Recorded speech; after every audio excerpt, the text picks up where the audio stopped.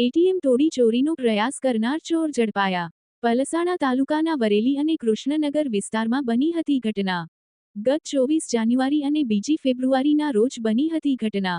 India એક નામના ખાનગી કંપનીના એટીએમ તોડીને ચોરીનો પ્રયાસ કરાયો હતો. જોકે એટીએમમાંથી પૈસા ચોરી કરવામાં નિષ્ફળ રહ્યા હતા. પોલીસે ઉત્તર પ્રદેશના રામજી ઉર્ફે વિરેન્દ્ર વર્મા, રાજસ્થાનના ભનવરલાલ સ્વામી તેમજ ચિરાગ ઉર્ફે કાળુ પપ્પુ ભાર્ગવની અટકાયત કરી. પોલીસ અટકાયત કરેલા ઇસમોને લઈ ચોરીના સ્થળે તેમજ સાધનો લીધા હતા ત્યાં દુકાને લઈ જઈ રિકન્સ્ટ્રક્શન પણ કર્યું. Jagdish Satiya, news 14 Bardoli. Kadodara police station ખાતે આવેલ કડોદરા તેમજ વરેલી ખાતે ગઈ તારીખ 24 જાન્યુઆરી તેમજ 2 ફેબ્રુઆરીના રોજ ઇન્ડિયા વન કંપનીના જે પ્રાઇવેટ એટીએમ છે એ પ્રાઇવેટ એટીએમની અંદર કોઈ અજાણ્યા ચોર ઇસમોએ ઘૂસીને એટીએમ તોડવાનો નિષ્ફળ પ્રયત્ન કરેલ. જે આધારે ઇન્ડિયા વન કંપની એટીએમના જે મેનેજર છે એમના દ્વારા કડોદરા પોલીસ સ્ટેશનમાં આવીને ફરિયાદ આપતા તાત્કાલિક જે ફરિયાદ છે નોંધવામાં આવેલ અને ફરિયાદ દાખલ કરીને જે આ જે ગુનાઓ છે એ ડિટેક્ટ કરવા માટે ટેકનિકલ અને હ્યુમન સોર્સિસના આધારે જરૂરી પ્રયત્નો હાથ ધરવામાં આવેલ.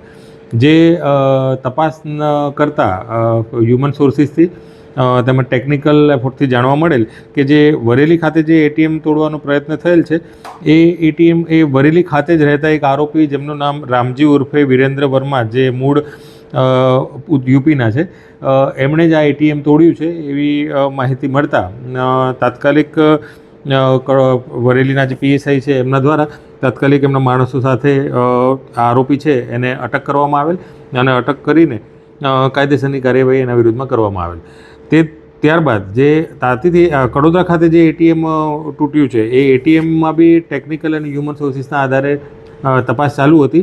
એ દરમિયાન એમાં બી જાણવા મળેલ કે જે આ કડોદરા ખાતે જે એટીએમ તોડવાનો જે નિષ્ફળ પ્રયત્ન થયેલ છે એમાં એક આરોપી જેનું નામ ભંવરલાલ સ્વામી છે જે રાજસ્થાનનો છે.